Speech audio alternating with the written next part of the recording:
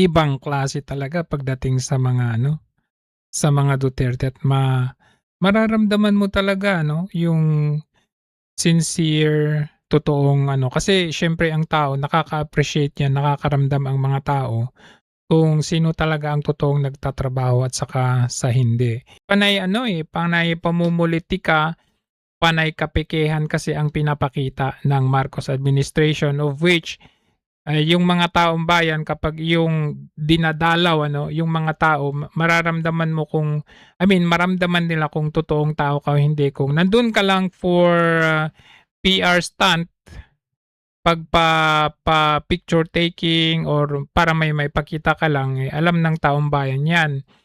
Siyempre ang taong bayan abay natuto rin naman kay PRRD. Anong sabi ni PRRD at sabi ni rin ni VP Sara, kapag binigyan kayo tanggapin niyo. Pero pagdating sa botohan, wag niyong iboto kasi pera ninyo 'yan, Inyo 'yan, oh, sabi ni PRRD, which is totoo naman.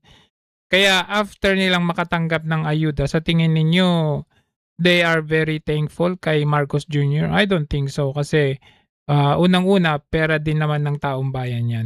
May nagsu-surface na naman silang mga ano, ito nakakaasar lang sa mga tanga ano na mga followers ni basta mga tangang loyalista at mga ano. May kinakalat sila na 'di ba yung isa sa salarin na bata, yung kanyang nanay ay police woman. At yung police woman na yun ay nanalo noong ano yun, police ano, Gawad Gandang Pulis, parang something like that, parang pageant ng mga pulis, ng mga magagandang pulis. At nanalo siya noong 2017 at meron siyang litrato together with Senator Bato. Tapos yun na naman ng kanilang komento at caption na, "O tingnan ninyo, basta DDS." Gano'n na naman sila. Ibabato na naman nila na ito ay kagagawan daw ng mga DDS, basta mga DDS, iniidolo daw ng DDS, ganyan daw mamamatay tao, may mga baril, yung mga gano'n. Kita niyo yung messaging talaga nila 'no? 'Pag pabor sa kanila, 'pag kasama mo yung tao sa picture sasabihin nila, "Oh, ano lang naman, nakasama lang naman sa picture 'yan, ano ngayon maraming nakaka-picture." Gano'n, gano'n. Pero 'pag hindi pabor sa kanila sasabihin nila, "Oh, tignan ninyo kasama sa picture, oh. Oh, 'yan yung ina-idol ninyo, kriminal." Gano'n, gano'n sila. Kagaya nung time na may picture si Bangag ano, at saka si Alice Guo. Noon, tuwang-tuwa sila. Pero nung kriminal na sasabihin niya, "Hindi, naka-picture lang naman 'yan." Tapos ilalabas nila yung picture ni Alice Guo na kasama niya si Duterte. Kita ninyo, bata ni Duterte 'yan. Mga gano'n ba, gano'n ang klaseng utak at messaging meron sila. Sa totoo lang, ipapasok nila lahat ng pangyayari sa Pilipinas na hindi maganda, ipapasok nila na, "Ay, kasi Duterte 'yan. Ay, DDS 'yan, DDList 'yan." Yung mga gano'n. Gano'n sila. Pero 'pag yung mga magaganda, lalo na yung pagnanakaw sa mga nagawa na ni PRRD, ayan, iga-grab nila 'yan, iki-credit grab nila, kukunin nila 'yan. O kagaya ng mga nangyari doon sa tulay, ayan, sa tulay sa Cabagan, Santa Maria Cabagan na bridge na 'yan, 'di ba? 'Di ba project ni PRRD 'yun. Ang bilis-bilis nilang pinalabas 'no, nagkaroon pa ng visitation, inspection itong si Marcos Jr. Inopen nila kasi kaagad, nagmamadali silang buksan kahit hindi pa naman ganap na tapos. Nung bumagsak yung isang parte, isang portion nung tulay na yon, dahil may pumasok na dumaan na 10-wheeler na truck, ayun, bumagsak. Anong sabi ni Marcos Jr.? Ipapaimbestiga daw niya kasi nagkaroon daw ng corruption. Ganun din ang ginawa nila dyan sa yan sa Bukana. Inagaw-agaw pa nila yung inauguration niyan.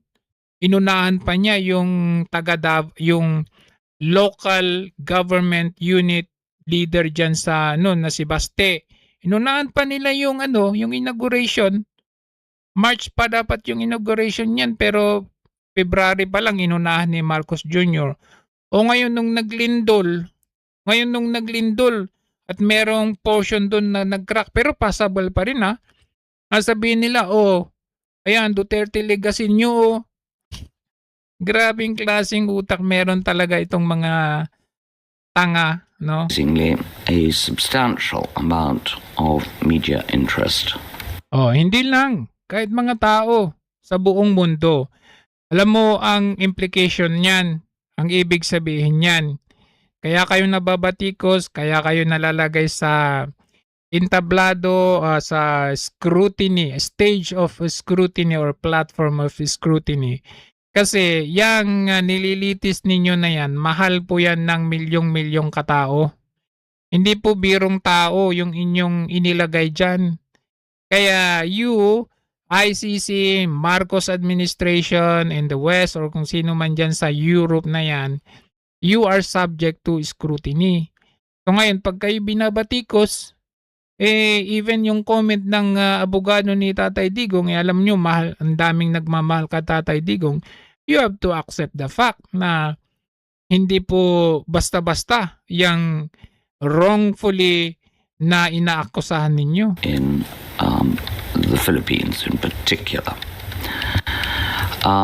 That's not, of course, only mainstream media, but as is common these days, social media. Social media. Takot kayo sa social media? And additionally, appears to have provoked suppliers of what is undoubtedly fake news. Fake news. Totoo lang naman ang binabalita namin na sino ba ang nagdadala ng fake news? 'Di ba yung mga kampo ng prosecutor o yung prosecutor's team. In fact, kung titignan niyo nga yung prosecutor na si Karim Khan, 'di ba, na suspende, may kaso, o hindi ba yun fake news? Ay hindi ba yun fake news ba yun?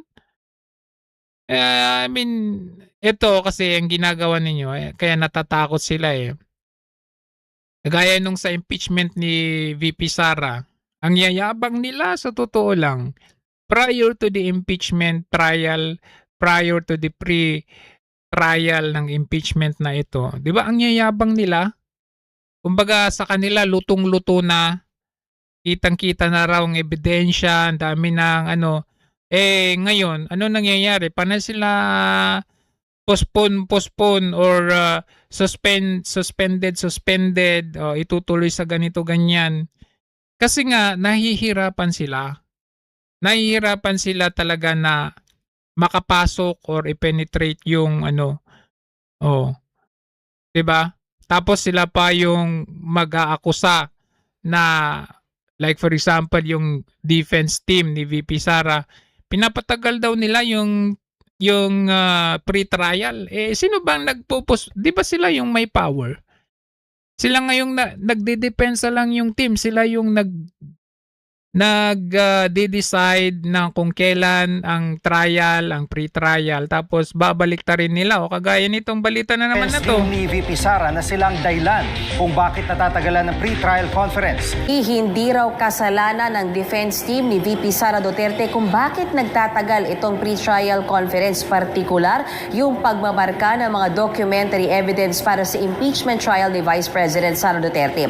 Ayon sa spokesman o spokesperson ng defense team ni VP Sara, talagang napakarami lang daw talaga ng mga dokumento na kailangang markahan. For example nga, Jiggy, yung sa Article 1 kaugnay sa confidential funds, nasa 4,000 dokumento yung kailangan nilang i-check at markahan at lagdaan. Kaya ang naging solusyon dyan, Jiggy, ng Senate Clerk of... So ang gusto pala nila ng prosecutor or na yung mga taong yan, bilisan. Parang yung ginawa ni Bongbong Marcos na na-review na raw niya yung 4,000 pages ng ating GAA, ng ating budget. Hindi yun totoo kasi na alam niya na merong may mga blanco doon sa BICAM pa lang, pero pinirmahan pa rin niya. So ito po, hindi po palalampasin ng defense team ni VP ito. Kailangan i-scrutinize nila ng maayos, one by one, kung ilang pages man yan, 4,000 man yan. Kasi hindi po biro yung inaakusan nila kay VP Sara. Anong gusto nila? Parang gano'n na lang, check, check, check, check, gano'n na lang. Eh, matatalino ang defense na yan. Hindi po basta-basta para, ano yun, parang ano lang, scheming na lang ang gagawin nila. Kailangang scrutinize nila yan. Court, dagdagan na lamang yung marking stations, particular doon naman sa Article 2 o yung sinasabi tungkol doon sa unexplained wealth ng Vice Presidente para masabili, simultaneous, sabay-sabay yung pagmamarka ng mga ebidensya, yung documentary evidence. At itinanggi ng defense team na kulang sila sa tao at ang sinasabi nga nila, yung prosecution team nga raw, yung mga public prosecutors o yung mga kongresista na nasa prosecution team, hindi raw tinatapos. Magpapakita lang sa umaga and then ipapasa na raw Agoy, bistado. Ano yun, nagpa-attendance check na lang sila tapos umalis din? yung trabaho sa mga private prosecutors. Malaking bagay daw sana kung nariyan mismo yung mga public prosecutors dahil dagdag manpower din sila. Samantala, hindi naman daw papayag ang defense team na isahang markahan yung mga parehas sa dokumento dahil nag-iingat Kaya nga, din daw sila. At Jiggy, madagdag ko lang, bago ko tumayo dito, nagpa-interview din si Congressman Terry Redon at itinanggi niya yung sinabi ng depensa na hindi tinatapos ng mga public prosecutors yung trabaho ng ano to, labanan ng he says, she says, mga ganon. Ano ba naman yan? pagmamarka dahil Bakit hindi na lang kasi ninyo i-live stream ito para makita ayon kay namin? Congressman Terry Redon, Wala namang ibang nandyan kundi ang mainstream media eh. Dito siya simula umaga alas 9 hanggang 5 o'clock to 5:30 ng hapon hanggang matapos yung trabaho simula pa noong nakarang Huwebes hanggang ngayong araw na ito. Narito ang bahagi ng pahayag ni Attorney Michael Powa ng defense team. Pakinggan natin, Jiggy. Well, meron kaming way of marking, hindi ba? But to give you an example, a very concrete example, kanina may insidente na may isang may document ang prosecution, may document ang defense. Reportedly, it's the same document, obviously, pero kulang ng isang page yung version ng prosecution. Agoy, kulang. Ito namin gustong ipakita kung bakit kailangan minamark namin yung sarili naming ebidensya.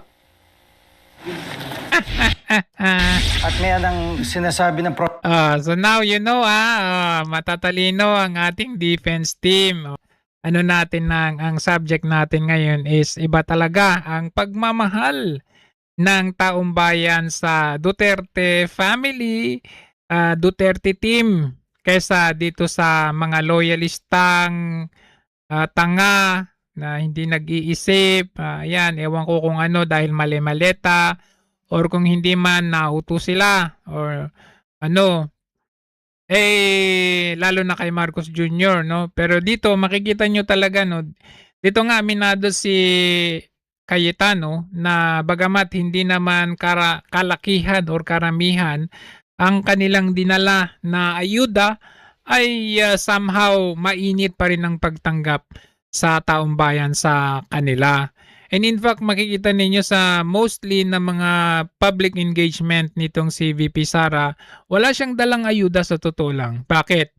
Kasi yung ayuda na yan at tulong na yan, nadala na ng kanyang mga staff.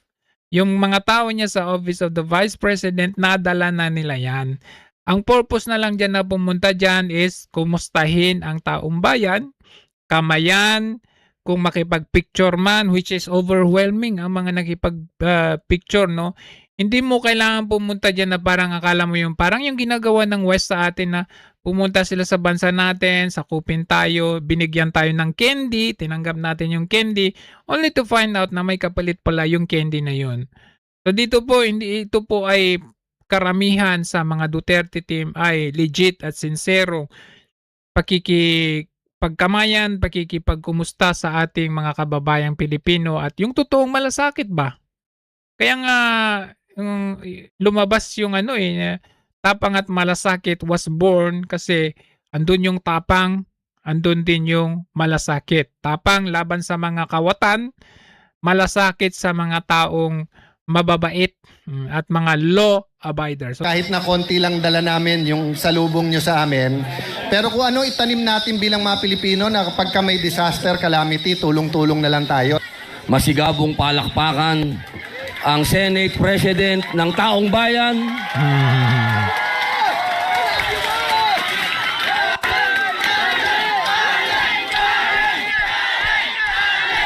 yung sigaw na yan ng taong bayan na ganyan, hindi po yan dictated or hindi po nadikta yan. Nakita ninyo, sinabi ni Sen Robin, no? Ang Senate President ng taong bayan, yay! And tapos sila na mismo ang sumigaw na, Alan, Alan, Alan. Pero pag tingnan ninyo kay Bongbong Marcos, sabi nung taga-Q, itong taba-ching-ching na to, tingnan sabi nung taba-ching-ching. Sorry naman sa comment. Taga. Taas mga kamay. Okay, i-zoom natin ng konti para makita nyo. Tingnan nyo anong sabi niya. Ay, tayo! Ayan, sabi niya. Walang pumapansin. Yeah, palakpak! Ganon. Tingnan, walang pumapansin.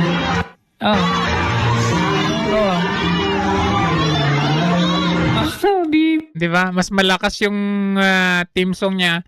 Tayo na magnakaw-nakaw. Ayan.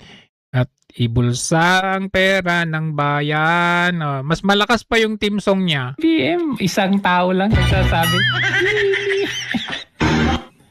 Gumagamit sila ng sound effects. Magandang hapon po sa inyo. Magandang hapon po sa inyo. Tapos may naririnig tayo na, yeah, gano'n Lahat. Tingnan nyo yung tao. Hindi synchronize yung Sound. yay at saka yung sound effects talaga mga tao. Tingnan mo kung may sumisigaw. Magandang hapon po sa inyong lahat. Nadaan lang po tayo. Saan yung nag-yay? Gusto na nilang ibigay mo na yung ayuda. Tingnan nyo yung mga tao.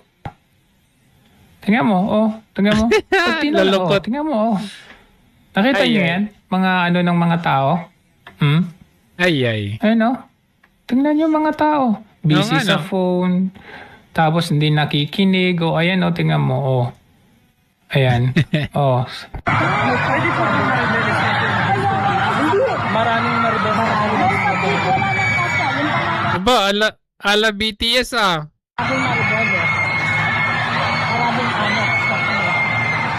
grabe. Grabe.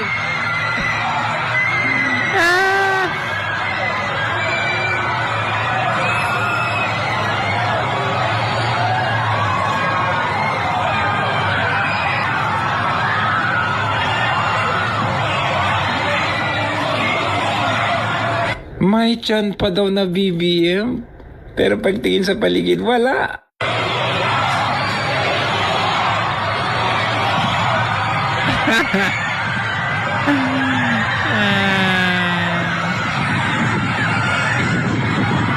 Saan yan? Grabe, Grabe, sobrang kapikihan. Kaya nga, tignan ninyo ang minsan, ang ginagawa nila, mas malakas yung theme song niya. Mismong si Remulla, danas na danas niya. Anong sabi niya? Ba't ang hina ng palakpak nyo? Ba't ang hina ng palakpak nyo? Nakakita lagi ng Pangulo, mahina ng palakpak nyo. Nami-miss nyo ba nung panahon ni PRRD na kapag may public engagement si PRRD, meeting with the OFW sa Bahrain, sa Hong Kong, sa Singapore o kung saan-saan man, makikita ninyo kahit sa Pilipinas, doon sa mga ginagawang mga VTR videos ni PRRD, makikita nyo may nakahagip tayong umiiyak talaga. Yung as in iyak na lumuluha sa tuwa, sa saya na maraming salamat Mr. President, maraming salamat at dumating. Ganun yung dating Nakakamiss yung ganun. Ngayon, wala kang makikita na ganun. Na sa presidente ngayon, hindi mo makita na may naluluha sa tuwa at pagpapasalamat dahil ikaw ang presidente. Wala kang makikita ngayon. Senate President ng taong bayan.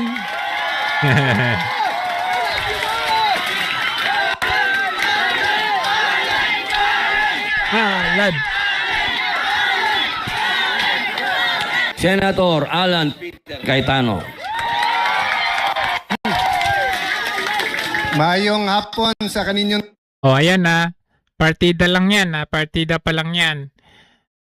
Ano pa lang 'yan, kumbaga itong mga 'to, nasa kumbaga followers pa lang ito ni VP Sara or ni Tatay Digong. Kasi ang sinasabi nila, I mean yung ginagawa nila is kampanya, full campaign to destroy VP Sara in preparation in the coming of 2028. Ipagpalagay natin na natanggal nila si VP Sara. Sige, sabihin na natin, hypothetical na natanggal nila si VP Sara because of the impeachment. At ipagpalagay natin na sige sa sobrang powerful nila, natanggal na rin nila yung lahat ng mga Duterte. Ibig sabihin si Baste, si Pulong, even yung mga apo ni PRRD. Sabihin na natin na eliminate na lahat, neutralize na ang mga Duterte. Sa tingin ninyo walang susunod na mga kagaya ng mga to? Cayetano pa lang yan. Pag tinanggal nila si Cayetano, andyan si Robin. Pag tinanggal nila si Robin, andyan si Marcoleta. Pag tinanggal nila si Marcoleta, andyan si Bongo. I mean, there are too many of them under the Duterte team that can represent even if they neutralize all the Dutertes. Yun ang hindi nila naiisip. Ewan ko kung may utak ba sila o ginagamit nila yung utak nila because they are concentrating on one, they think na big apple in Sara Duterte, which they realized na andito yung ito pa lang si Cayetano pa lang may chant na Alan. You would imagine the receiving of these people na they are senators, they are, kumbaga, kung iisipin mo, wala pa sila sa tugatog na naabot ng mga Duterte, kumbaga, no? Hindi ko minamaliit sila. Actually, I highly see them as, kumbaga, nandito na sa tugatog. But what I'm trying to say is, tinatanggal nila or they exert effort, they use power, they use people's tax, people's money on one particular person. Pero kahit na natanggal nila, kahit natanggal sila or ng lahat ng mga Duterte, hindi ba nila naisip? Andito mga to, Marcoleta, Cayetano, Robin Padilla, Senator Bongo, ang dami mga pwedeng pumalit dyan. Which, ako 100% I do believe na halimbawa lang, hypothetical lang hypothetical, na pag nawala na lahat ng mga Duterte, ibig sabihin yung Duterte na pangalan, any one of these people can have equivalent, tantamount to the votes of what the Dutertes are having. Yun ang hindi nila naiisip. In fact, nakita ninyo kay VP Sara pa lang. I mean, this is because we are in line with the real principle.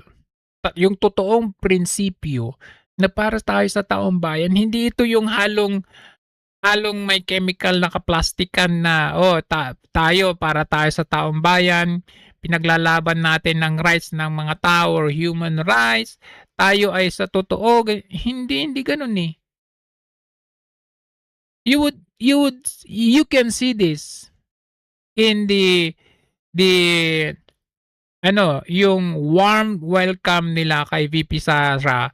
Kahit saan man siya magpunta, sa totoo lang, kahit saan siya magpunta. In fact, I myself, naramdaman ko yan. Naramdaman ko siya nung pumunta siya dito sa Hong Kong. I cannot explain or I cannot find words to describe how I felt nung siya ay dumating. Na alam mo yung atmosphere, yung ambience nung parang hindi naman siya Diyos.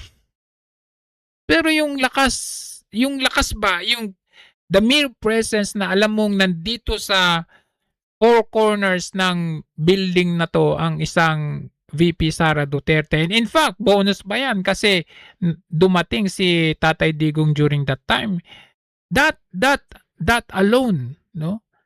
The impact sa lahat ng mga tao, talagang maluluha ka ba? Maluluha ka. This is the feeling that they don't or they cannot or they barely understand na nararamdaman natin pag nakikita natin or nararamdaman or alam natin na nandyan si VP Sara or any of the Dutertes or even of the Duterte team. Kasi they don't want to understand and comprehend. Yun yung yun yung feeling na nagmumula mismo sa puso mo, sa isipan mo, na sinasabi nila, oh, mga utak didilis yung mga yan, mga utak yan, mga dutae, mga ganun. Ganun yung pero hindi nila naiintindihan kung bakit tayo ganito. Hindi siya yung tipong Diyos or parang parang sinasamba, hindi eh. Nakita ninyo yung bago tuluyang parang si Attorney Rowena Guanzon ay parang lumipat sa DDS. Hindi, bagamat hindi niya sinasabing lumipat siya or pero 'di ba yung first interview niya kung DDS ba siya o hindi, sabi niya nung pumunta siya ng Davao, hindi niya expected yung welcome ng mga tao. Like for example, siya kasi nagpahayag siya ng kanyang support sa mga Duterte during that time. So ang mga tao, nung pumunta siya doon, grabe yung welcome sa kanya. Na hindi niya ma-explain, kaya naman. That's the only time na na-realize niya, kaya naman pala. Mahal ng mga tao ang mga Duterte kasi ganito. Yun ang hindi nila magets or maintindihan. Ang dali nilang sabihin na ito po, ito mga kulto, mga ganon, mga didilis, mga walang utak. But when they are there, they would understand at marirealize na kaya naman pala, kaya nila mahal. At yun, ako myself naramdaman ko nung pumunta si VP Sara at si PRRD. Bagamat nakapicture ko lang si VP Sara pero hindi si Tatay Digong. Pero alam mo yung point na kahit hindi mo makapicture, kahit hindi mo malapitan or kahit hindi mo makamayan, the mere presence of these people, sobrang, alam mo yun, your heart is melting talaga. Over-exaggerated man yung sinasabi ko pero that's the real na mararamdaman mo pag andun sa yung mga tao na ito sa four corners of the building. Makikita nyo yan nung pumunta si PRRD sa Senate hearing at saka sa House hearing. Diba prior to that, ang dami nilang mga binitawan kay PRRD? Yung sila Nung pumunta siya sa House, pumunta sa Senado, nakita niyo yung utmost respect na ibinigay nila sa kanya na to the point na pinagluloko-loko na ni Tatay Digong ang mga sagot niya sa kanila. Tinatawanan na lang natin. Hindi nila mabarah. Kasi yung I cannot explain pero yung spirit niya na nandun siya, ramdam mo parang intensity 10. Yun ang ibig kong sabihin. Makikita nyo nga dito, tignan ninyo. Ang dami talaga nag-aabang kay VP Sara. Kahit saan man siya mapunta. Tao na nag-aabang kay VP Sara Duterte. Sobrang dami yung tao na nag-aabang kay VP Sara Duterte. Parating pa lang si VP Sara Duterte pero yung mga tao sa kalsada, grabe na po. Napakaraming tao na po. Excited po sila na makita si VP Sara Duterte. Kaya si VP Sara Duterte talaga dahil nakikita niya na mahal na mahal siya ng mga sambayanang Pilipino. Pumupunta po talaga siya sa mga lugar na kahit malayo, kahit nasa bundok pa yan, umaakyat yan, makarating lang sa mga lugar na gusto niyang puntahan. Totoo yan. At mabigyan ng tulong. Ito, Talagang napakaraming tao ito, excited po talaga. Grabe po mga kababayan. Kaya sana nga sana nga po magiging susunod ng Pangulo ito si VP Sara Duterte para yung mga lugar na malayo o hirap abutan ng tulong, maaabutan na po yan kapag si VP Sara Duterte ang magiging Pangulo dahil mismo ang Vice Presidente po ang pumupunta sa mga malalayong lugar para makapag-abot lang ng kahit kunting tulong sa mga taong nangangailangan. Grabe yung reception, I mean, hindi talaga magkamayo yung tao. That is because hindi dahil sa sikat siya. Biruin ninyo, dinidemonize pa nung mga detractors na, oh, yan gusto nyo? Lustay, yan gusto nyo? Nanununtok yan ng sheriff, mga ganun. Pero bakit? Tingnan nyo naman, mahal na mahal siya ng mga tao. Bakit kaya? It is because of her true service to the public. And makikita ninyo nung siya ay naging vice president, nakaisip siya kaagad ng satellite office ng Office of the Vice President. Ibig sabihin, kahit hindi siya makapunta sa mga lugar-lugar, nagtayo siya, bago siya binawasan ng budget, nagtayo siya ng satellite offices ng Office of the Vice President wherein doon makakapunta yung sino man nangangailangan ng tulong para maabutan ng agarang tulong. So, very, very genuine and very genius na plano at kaisipan yan for Vice President. Biruin ninyo, Vice President pa lang siya niyan. Pangalawa, dapat nga yan, iniisip yan ng Presidente. Pero yung magtayo ka ng parang branches ng Office of the Vice President, satellite offices sa all over the Philippines, abay, napakahenyo ang pag-iisip na ganyan. May abot yung tulong mo. Sige, nabawasan lang yan nung in-scrutinize yung kanyang budget na sabi nila sobra-sobra daw yung kanyang budget from 2 billion something, ginawa nila nilang 700 million. Pero kung sila, abay, billion to trillions ang kanilang nilustay dyan sa flood control pa lang na yan. So ngayon, nag-migrate na sila from DPWH, nag-migrate sila sa DepEd. So yan po kasi ang kaibahan ng totoong tulong sa peking tulong na kunwari, malasakit talaga ng taong bayan. And I was